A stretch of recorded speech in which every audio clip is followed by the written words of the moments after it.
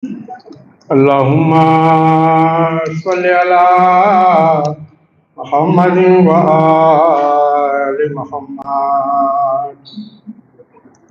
اللهم صل على محمد وآل محمد. أعوذ بالله من الشيطان الرجيم. بسم الله الرحمن الرحيم. فاطمة الزهراء سلام الله عليها أنها قالت دخل عليها برسول الله صلى الله عليه وآله في بعض الأيام. قال لي يا فاطمة إني لا أدعو في فقلت له أعوذ بالله يا أبت من الذنوب. فقال يا فاطمة ائتيني بالكساء يماني وغطيني به. قالت فاطمة سلام الله عليها فأتيته بالكساء وغطيته به. فصرت أنظر إليهم أيضا وجههم يتلألأ نورا كأنه القمر في ليلة تمامه وكماله. قالت فاطمة سلام الله عليها وما كانت إلا ساعة وإذا بولد الحسن قد أقبل وقال السلام عليك يا أمه. فقلت وعليك السلام يا ولدي وقرة عيني. فقال يا أمه إني أشم عندك رائحة طيبة كأنها رائحة جد رسول الله صلى الله عليه وآله. فقلت نعم إن جدك نائم تحت الكساء. فأقبل الحسن نحو الكساء وقال السلام عليك يا جداه. السلام عليك يا رسول الله. أتأذن لي أن أدخل معك تحت هذا الكساء؟ قال وعليك السلام يا ولدي قد أذنت لك. فدخل الحسن عليه السلام معه تحت الكساء. قالت فاطمة سلام الله عليها فما كانت إلا ساعة وإذا به ولد الحسين قد أقبل وقال السلام عليك يا أمه. فقلت وعليك السلام يا قرتي والسمر فؤادي. فقال يا أمه إني أشم عندك رائحة طيبة كأنها رائحة جد رسول الله صلى الله عليه وآله. قلت نعم يا بني إن جدك وأخاك تحت الكساء. فأقبل الحسين عليه السلام نحو الكساء وقال السلام عليك يا جداه. السلام عليك يا رسول الله. أتأذن لي أن أدخل تحت هذا الكساء؟ قال وعليك السلام يا ولدي قد أذنت لك. فدخل الحسين عليه السلام معه تحت الكساء. ما كانت إلا ساعة وإذا بأبي الحسن علي بن أبي طالب عليه السلام قد أقبل فقال السلام عليك يا بنت رسول الله. قلت وعليك السلام يا ابن عم رسول الله. فقال يا فاطمة إني أشم عندك رائحة طيبة كأنها رائحة أخي وابن عم رسول الله. فقلت نعم ها هو مع ولديك تحت الكساء. فأقبل علي عليه السلام نحو الكساء وقال السلام عليك يا رسول الله. السلام عليك يا من اختاره الله. أتزن لي أن أدخل معكم تحت هذا البساط؟ فقال صلى الله عليه وآله وسلم: وعليك السلام يا ولي الله يا علي، قد أذنت لك. فدخل علي عليه السلام معهم تحت البساط. ثم أقبلت فاطمة سلام الله عليها نحو الكساء وقالت: السلام عليك يا أبتاه، السلام عليك يا رسول الله، أتأذن لي أن أدخل معكم تحت هذا الكساء؟ فقال: وعليك السلام بسلي ويا قرتين يا فاطمة، قد زدت لك. فدخلت فاطمة معهم تحت الكساء. فلما كملنا جميعا تحت الكساء قال الله تعالى: يا ملائكتي وسكان السماوات وعزتي وجلالي، إنما خلقت السماء مبنية ولا أرض مبنية ولا قمر منير ولا شمس مضيئة ولا فلك يدور ولا بحر يجري ولا فلك يسري إلا في محبة هؤلاء الخمسة الذين هم تحت الكساء. اللهم صل على محمد وآل محمد. فقال جبريل عليه السلام: يا رب وأنت تحت الكساء. قال الله تعالى: أهل بيت النبوة رسالة فاطمة وأبوها وبالها وبنوها. اللهم صل على محمد وآل محمد.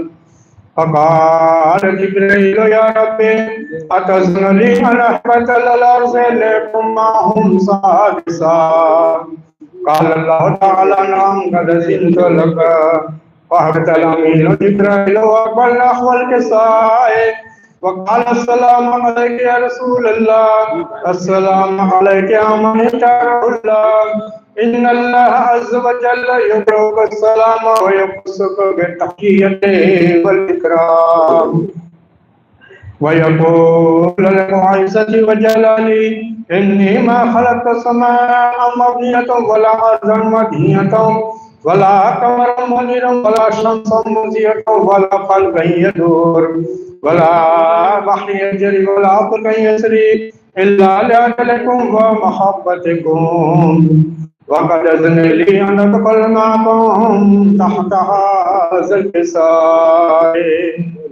فهل تأذن لي أنت يا رسول الله؟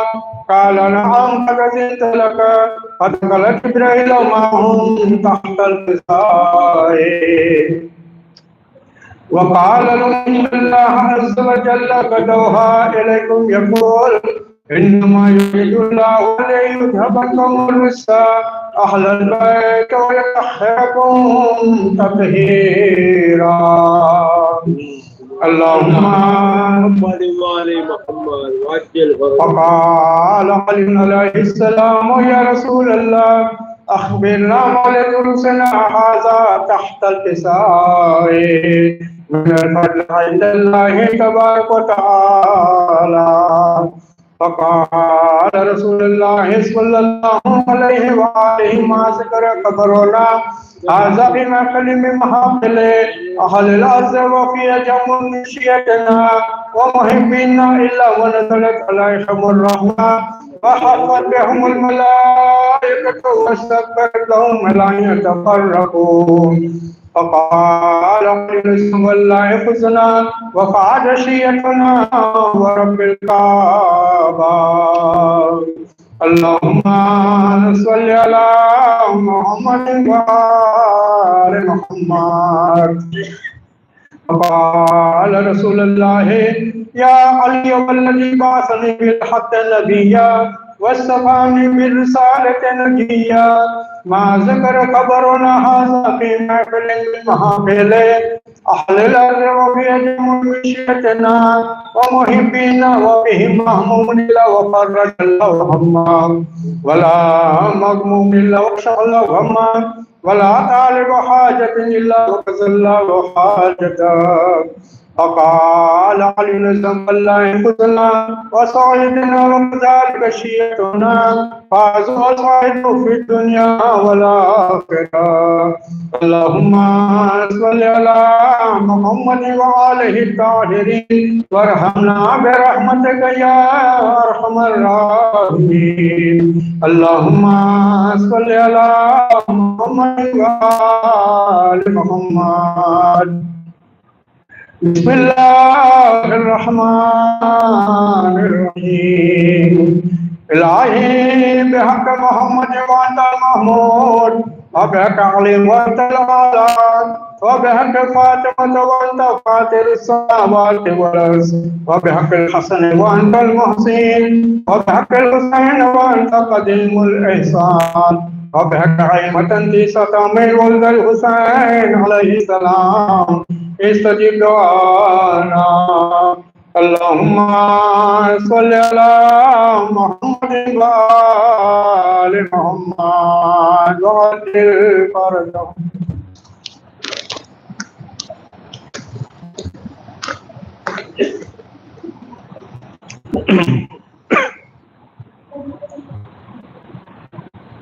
برکھی علی اکبر کے کلیجے پہ لگی ہے برکھی علی ہے لیلا کی ہر امید کی جو شمع بجھی ہے برکھی علی اکبر کے شبیر کے ہاتھوں میں ہے اکبر کا جنازہ شبیر کے ہاتھوں میں ہے اکبر کا جنازہ خیمے میں حسرت سے کھڑی دیکھ رہی ہے برچھی علی اکبر کے اکبر تیرے مرنے سے دکھائی نہیں دیتا اکبر تیرے مرنے سے دکھائی نہیں دیتا عباس کے مرنے سے کمر ٹوٹ گئی ہے برچھی علی اکبر کے سب اہل حرم روتے ہیں ایک شور ہے برباد سب اہل حرم روتے ہیں ایک شور ہے برباد اکبر کے جنازے پہ قیامت سی مچی ہے برچھی علی اکبر کے کیوں ماں سے خفا ہو گئے بولو میرے بیٹا کیوں ماں سے خفا ہو گئے بولو میرے بیٹا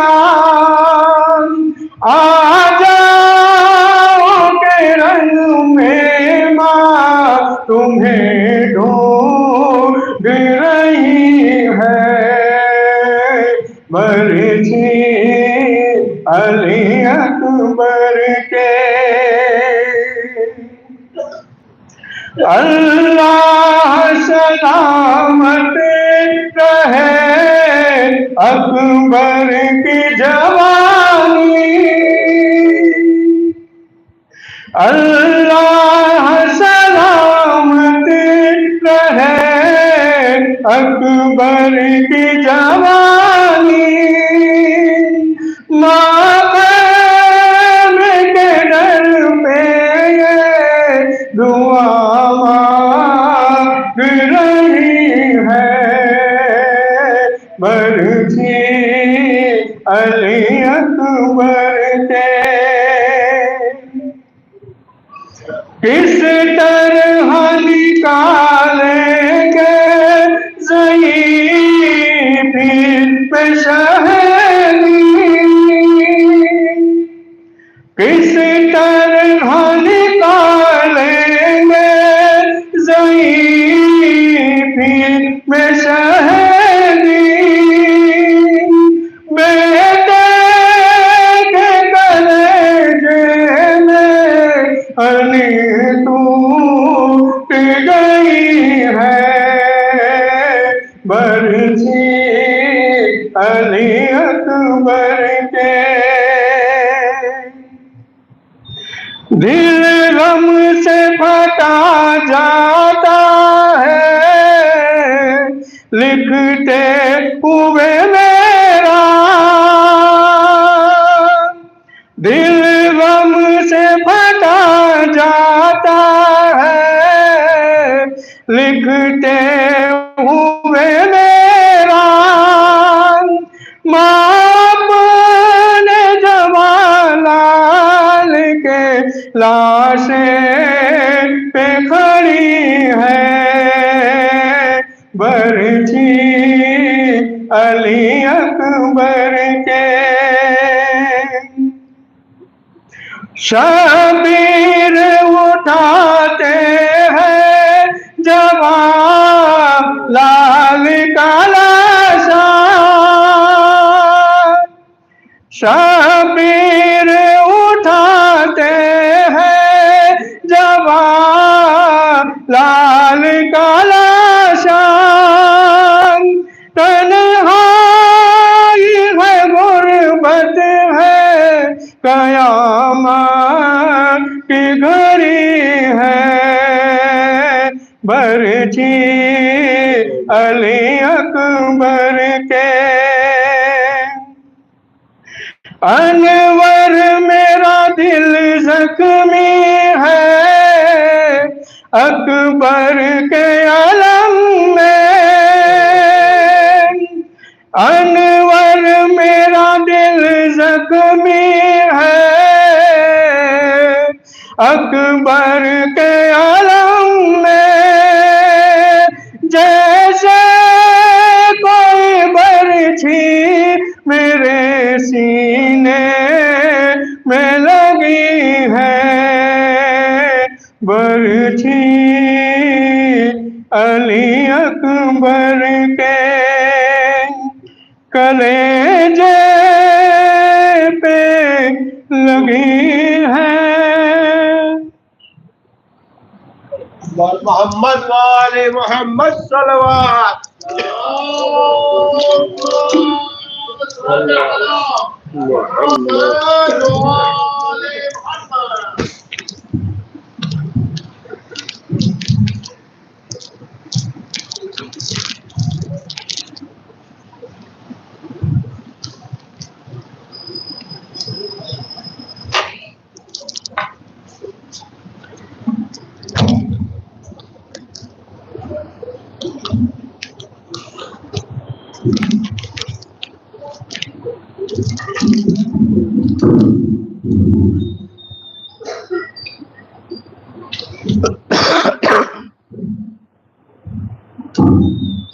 تھوڑا سا اوپر کر دو اس کو ایسے. ہاں بس بس.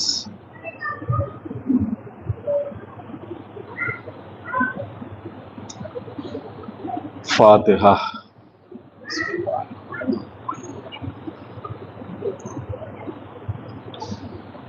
يوم الدين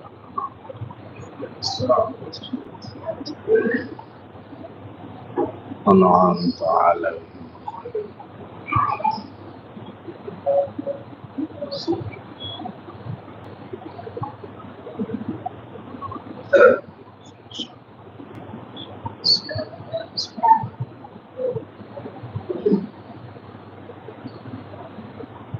آخر سورة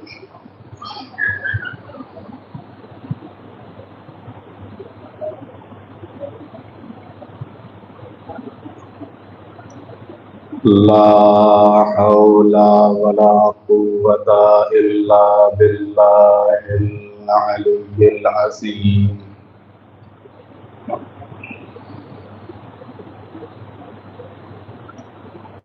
أعوذ بالله من الشيطان اللعين الرجيم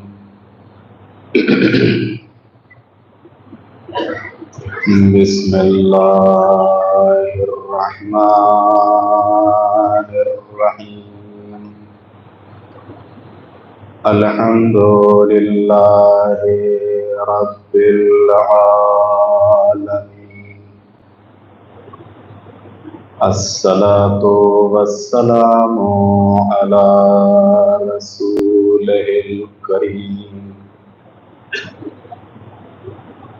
سيدنا ونبينا وشفيع المذنبين أبي القاسم محمد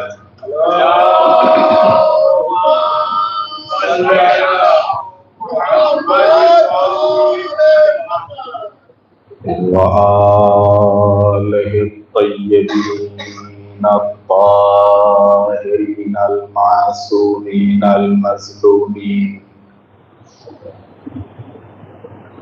ولعنة الله على أعدائهم أجمعين من يومنا هذا إلى قيام يوم الدين رب اشرح لي صدري ويسر لي أمري واحلل عقدة من لساني يفقه قولي أما بعد فقد قال الله الحكيم في القرآن الكريم بسم الله الرحمن الرحيم يريدون ليطفئوا نور الله بأفواههم والله يتم نوره ولو كره الكافرون صلوات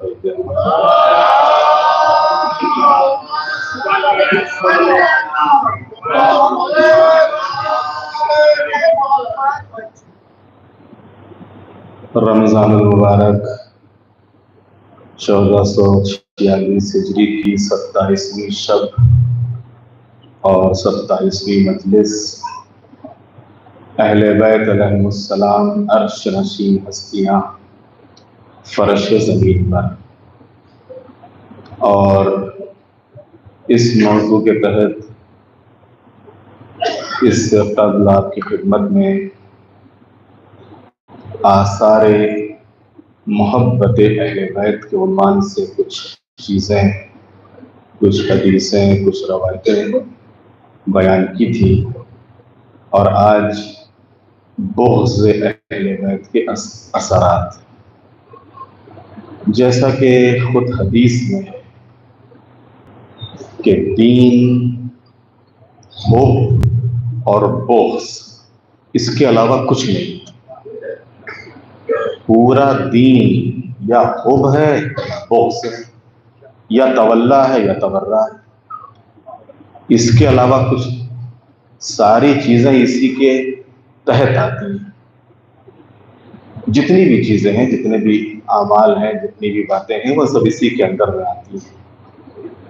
خود اللہ یا انسان اللہ سے محبت کرے گا یا دشمنی کرے گا، رسول اللہ یا انسان محبت کرے گا یا دشمنی کرے گا، اہل بیت یا انسان محبت کرے گا یا دشمنی کرے گا۔ اور جیسا کہ آپ کی خدمت میں انہی محبت اہل بیت کے اثرات کے ذیل میں عرض کیا تھا کہ جس طریقے سے محبت کے اثرات ہیں اسی طریقے سے خود دشمنی کے بھی کچھ اثرات ہیں کہ جب یہ دشمنی اہل بیت علیہ السلام سے انسان کے اندر پیدا ہوتی ہے تو یہ کیا اثرات انسان کی زندگی پر ڈالتی ہے اور دنیا میں یا آخرت میں اس کے کیا اثرات ظاہر ہوتے ہیں۔ اس سلسلے میں بہت سی روایتیں ہیں، بہت سی حدیثیں ہیں، انہی میں سے کچھ آپ کی خدمت میں آج بیان کرنی ہیں۔ پیغمبر ختمی مرتبت حبیب خدا احمد مصطفیٰ حضرت محمد مصطفیٰ صلی اللہ علیہ وآلہ وسلم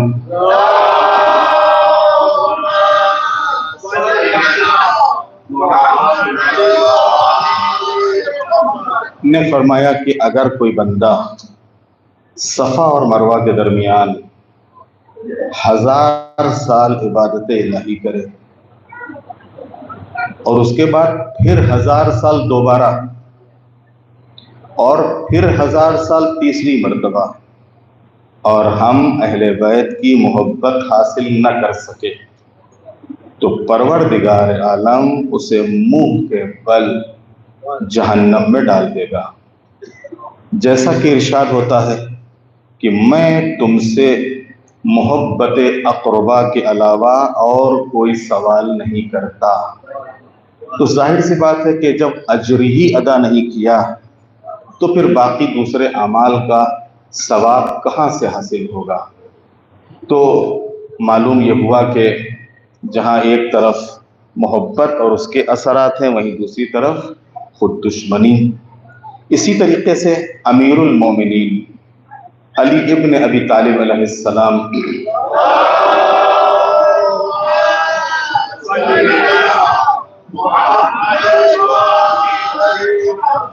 فرماتے ہیں کہ بدترین اندھا وہ ہے جو ہم اہل بیت سے آنکھیں بند کر لیں۔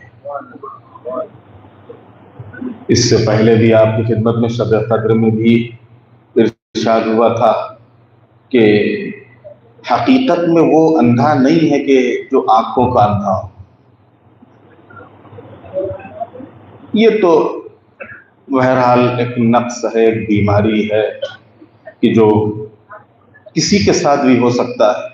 بینائی ہے، بینائی جا بھی سکتی ہے، اس نے بینائی دی ہے، بینائی سلامت ہے، اللہ کا لاکھ لاکھ شکر اور اللہ کا لاکھ لاکھ احسان ہے۔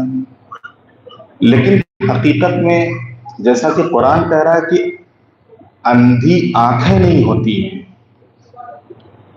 اندھی آنکھیں نہیں ہوتی ہیں، اندھے وہ دل ہوتے ہیں کہ سینوں میں۔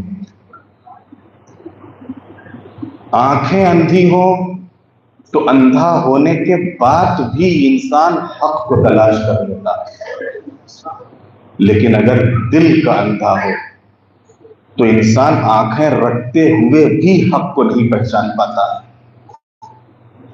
آنکھیں ہونے کے بعد بھی حق تک نہیں پہنچ پاتا ہے۔ اور اس سلسلے میں آپ کو بہت سے واقعات تاریخ میں مل جائیں گے کہ جہاں کے اوپر بظاہر نابینا ہیں، آنکھوں سے دکھائی نہیں دیتا ہے، لیکن امام کو دیکھ رہے ہیں، امام کو پہچان رہے ہیں، حق کی ان کو معرفت ہے اور حق تک پہنچ رہے ہیں۔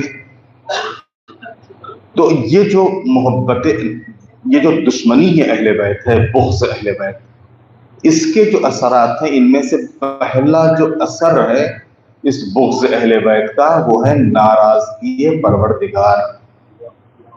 جب انسان ان ہستیوں سے دشمنی کرتا ہے تو یہ دشمنی اللہ تعالیٰ کی ناراضگی کا سبب بنتی ہے، یا دوسرے لفظوں میں یوں کہوں کہ جب اللہ کسی سے ناراض ہوتا ہے تو پھر اس کے یہاں اہل بیت سے دشمنی پیدا ہو جاتی ہے.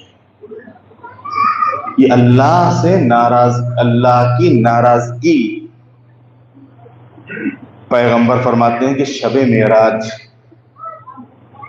میں آسمان پر گیا تو میں نے دیکھا کہ در جنت پر لکھا ہوا ہے لا الہ الا اللہ محمد رسول اللہ علی حبیب اللہ الحسن والحسین صفوت اللہ فاطمہ خیرت اللہ اور ان کے دشمنوں پر لعنت اللہ.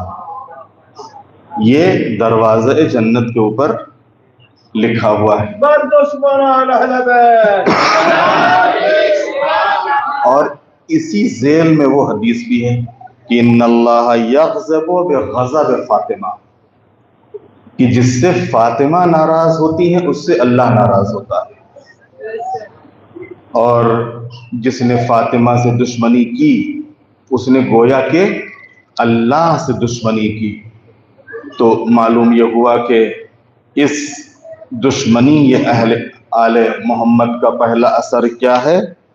پروردگار عالم کی ناراضگی.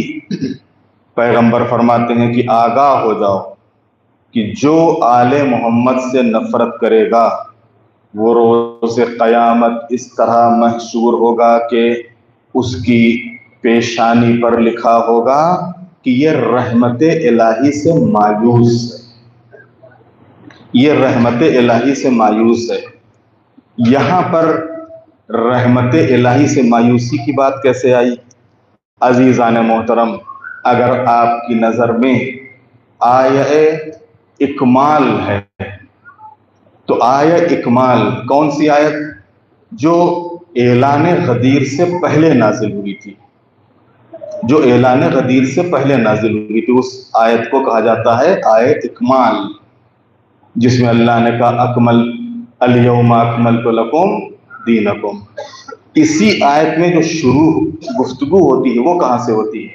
الیوم یئس الذین کفروا، آج کافر مایوس ہو گیا. آج کافر مایوس ہو گیا. یہ جو غدیر میں اعلان امیر المومنین، اعلان ولایت امیر المومنین کے بعد مایوس ہوئے تھے، تو یہ مایوسی دنیا تک نہیں ہے، آخرت میں بھی ان کی پیشانیوں پر لکھا ہوگا کہ یہ رحمت الہی سے مایوس ہے. رحمت الہی سے مایوس ہے کیا مطلب؟ یعنی یہ ولایت علی کا قائل نہیں ہے. صلوات بھیج دیں محمد والے محمد.